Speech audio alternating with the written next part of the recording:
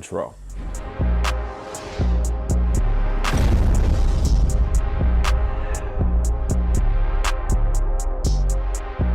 All right, guys, welcome back to the channel. We're gonna record this video, and I'm gonna use timestamps, so make sure that you utilize those down below to try to get yourself to maybe a talking point, a bullet point that might be for you, beneficial for you.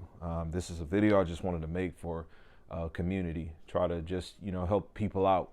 I get asked a lot of questions, a lot of comments that are coming in are about this TV, and I appreciate anybody that thought enough to reach out to me, to ask my opinion on the TV, because obviously I have it, and I didn't buy it as a review unit or anything like that. Not that there's anything wrong with that. It's just that I realized that people feel like they want to talk to someone who actually bought the TV and has invested into the TV. All right, so let's start this off with just talking about my general use case and the motivation behind this television. First things first, this TV is not for everybody. I've made this statement prior, and I will continue to champion this statement. This TV is for a select buying group of people, and it has nothing to do with the cost. Understanding that if you're patient, you'll be able to get this TV at a more affordable price. And I don't think the TV is priced really bad, to be honest with you guys. I mean, if you've been around doing this thing, this hobby, just for a fraction of as long as I have, the TVs have cost a lot more money prior. Even dating back to last year with the A95K, it came in at $4,000 and 65 inch. So we're talking $1,000 more for 77 inch. That's what's in front of us. So that's what we are reviewing here. Okay. So I think the affordability is spot on. And I really do believe in my heart that Sony, they typically put this TV in a position to be like the first TV to kind of kick off the next year. That's why it comes out so late. That's just my opinion. I really do believe so. And I'll stick to that just because for the last couple of years, their flagship, like that highest echelon 4K OLED, has been the TV that the next year models from other manufacturers have had to compete with. It's been the model that you would gravitate towards for the comparisons and for the hype or for whatever that's worth. So the TV it's an amazing investment in my opinion. Talking back from its cost versus last year to how long this thing will ride out. It'll be next year where this TV will be getting compared to Samsung's flagship 1 or 2 models next year, and as well as LG's Gallery 4. I'm pretty sure this TV is still going to be the one that, it's going to be an apples to oranges, if you will. And at that point, then you'll be asking yourself, would you want to spend whatever the sale cost is on this thing versus whatever the new models are? I digress. I've utilized this television in the space of many different ways to entertain myself. As I said in the intro sequence of this video, we've gamed, and we'll pull up some gaming in a moment. We've watched a plethora of different TV shows and movie content. This user interface that's in front of you is Plex. I utilize Plex as a means to entertain me and to manage my content, okay? We know that watching a physical disc is the highest level of video fidelity that you can achieve, and sound. And so, it's just not in my interests to invest in buying a ton of Blu-rays. And so streaming is just what works best for me. So I have a dedicated PC in my household that has north of 100 terabytes. And so within it, I've got a multitude of different resolutions and dynamic ranges, content that's in 4K, 1080p, 720p, 480p, and etc. Okay. From there, Plex allows me to just run that PC, and so it's my Netflix, my Hulu, if you will. Okay. So I stream my content, and I use an Apple 4K player as the gateway for that. Now, the applications embedded into the TV work fine, but this is what works for me, okay? It's all about uniformity. So in watching Plex with this TV, I've had an enjoyable experience. Content has looked amazing. Colors have looked great. I didn't have to do a lot of work with the TV also, which is another selling point to this TV. You buy into this with the least amount of work that needs to be done for the average consumer. Buying into it at such a high dollar, you may ask yourself, if you're thinking about this thing, because this is really for people that are interested in this, not for people that hate Sony, dislike Sony, despise Sony, but for those that are interested in this, you're spending the high dollar on this TV simply because it's, in my opinion, going to be one of the best representations of a TV out of the box, okay? For those of you that just kind of want to just set a preset, this thing works. And what I'm saying in this transition and in this timestamp is that, and how I've used the TV for a month, it has just been pretty remarkable in the space of me watching content.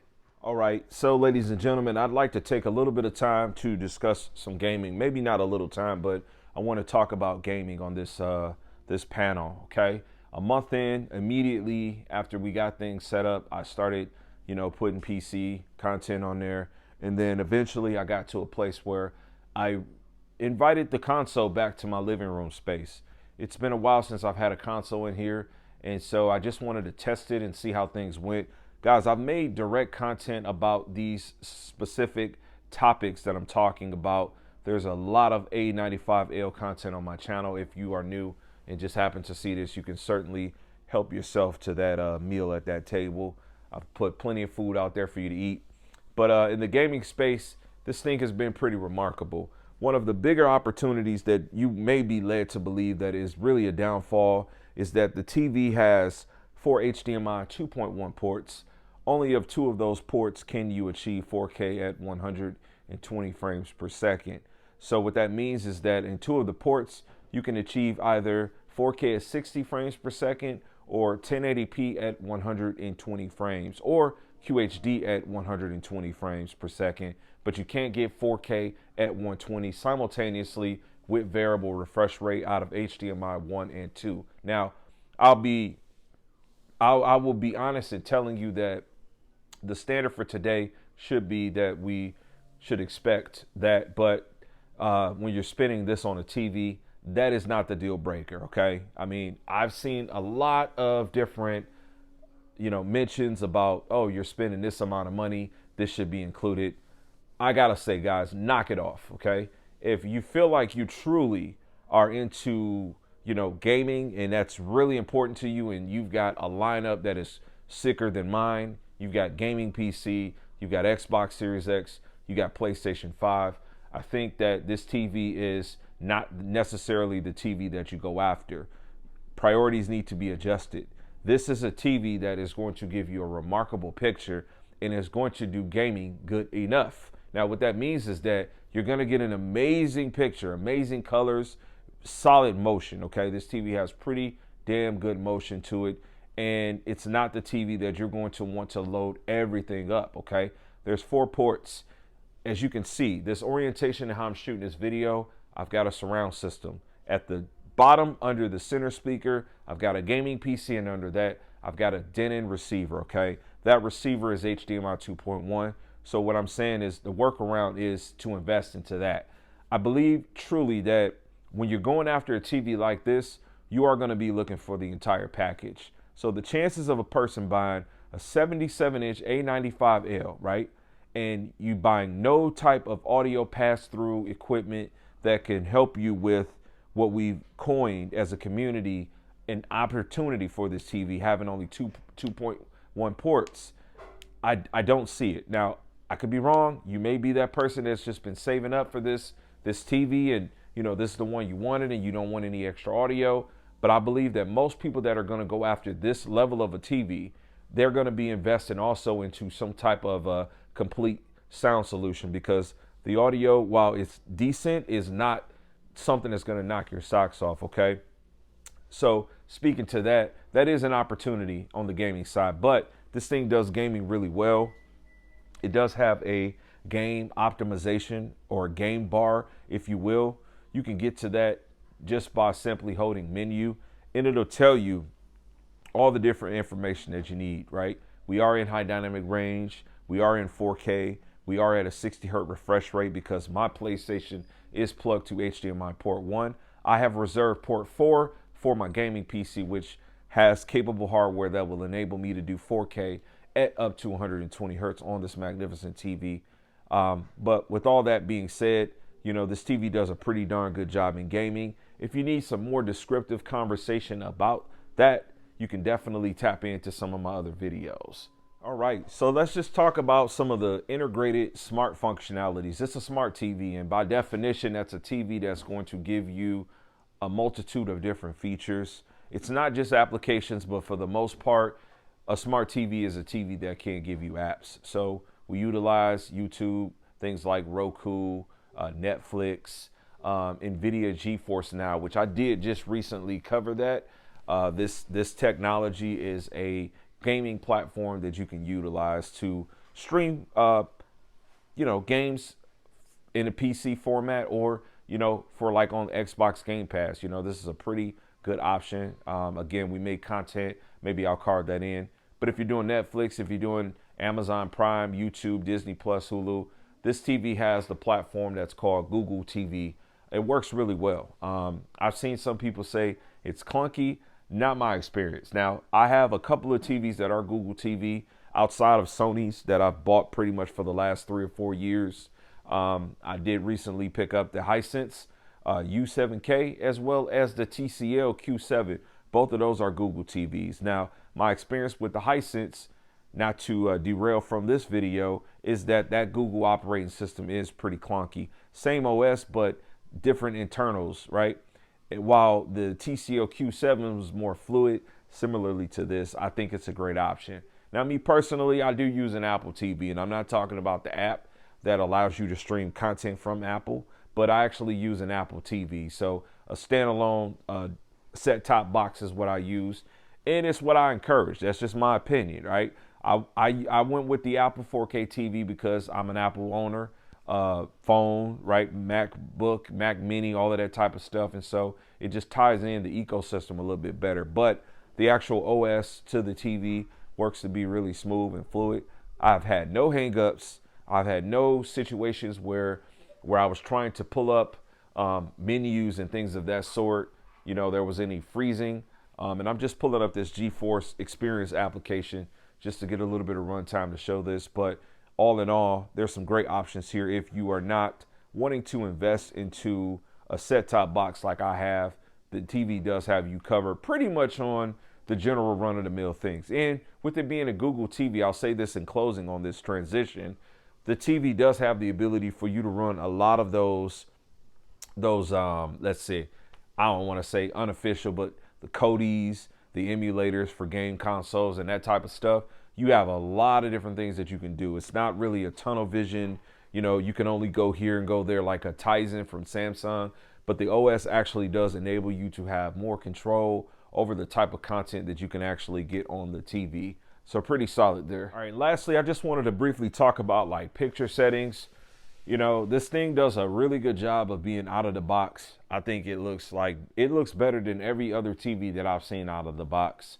I think the second best TV that I've seen in recent out of the box is the A95K. Now, that's not to say that you can't adjust other TVs to look as good or to possibly look better. You got to keep in mind, when you're buying a TV, it's a personal investment. Like what looks good to me doesn't have to look good to you. And just because, one TV costs more doesn't mean that it's a better TV. It just puts you in a position where you're buying into a different experience. And I think that everybody needs to be okay with that. Like you need to learn to be okay with the fact that every TV is not for every person, right? And so I'm new into the journey of buying more affordable TVs. I can't afford to just buy TVs just to buy them. And then I'm trying to run my channel with a little bit of integrity, whereas to my reviews are more long term. And so they're coming from a space of like what I actually own. So that means that I'm not able to buy just every single type of TV that's out there. It's just not possible. What I'm trying to do though is I'm trying to collaborate with more content creators that might own certain technologies that will put me in a position where, I can kind of open up and I can understand things differently. But to conclude, I really believe that this TV is magnificent. If you're able to afford this TV, great. I would definitely jump on it. I would recommend it over every other TV if 77-inch is a size that's big enough for you, or dare I say 65. There are TVs out there that are going to be a better value. Yes, I would put S90C at the top of the chart. And then S95C also comes in as some great affordable options, especially if you're looking at some of those deals that some of the YouTubers have put out there for you to look into. Now, I don't have any affiliate links, so I'm really pressing this TV just as a consumer that invested into it. I did my research. I've lived with it for a month, and I'm going to continue to live with it. I've had a 77-inch right now for about 2.5 years. My first was the LG C1, and that's when I actually started doing content on YouTube. So in my space in my home, where you see this TV, where I pretty much always had a TV, I think this is a magnificent size for me. And at this point, I'm not willing to jump up to get something that someone else might feel better. Now, if they come out with an 83-inch next year, I mean, I don't know, man. I'm one of those type of consumers that, you know, I tend to jump after things if I want it. But right now, I'm really satisfied. I've got a few 77s in the home. If you don't know about my catalog, I do have this. Do have the 95C. We got the 90C.